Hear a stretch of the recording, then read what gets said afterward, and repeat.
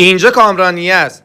با این آلودگی هوا و بحران کم‌آبی به نظرتون آپارتمان متری 300 الی 500 تومن شرایط خرید رو داره؟ تقریبا میشه متری 4 الی 5000 دلار آمریکا. امروز که از خونه اومدم بیرون هوا خیلی آلوده بود و این منو به فکر واداشت که خریداران شمرون میتونن به راحتی توی دبی و امریکا و اروپا با اون همه امکانات خرید کنن. اینجا مثلا دربند و باید هوا تمیز باشه.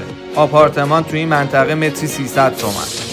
هوا رو نگاه کن شما، اصلا کوها معلوم نیست. اینجا سرای یاسر آپارتمان متری 500 الی 600 میلیون. واقعا این پشتی که شما میبینید باید کوه باشه. حالا من هر چقدر زومش هم کنم متوجه نمیشه، ولی هوا امروز خیلی آلوده بود. اینجا اقدسیه آپارتمان متری 700 تومن.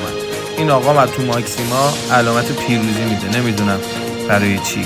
اینجا هم دارآباده که واقعا همیشه هواش تمیز بود. این وضع امروز هوای دارآباد.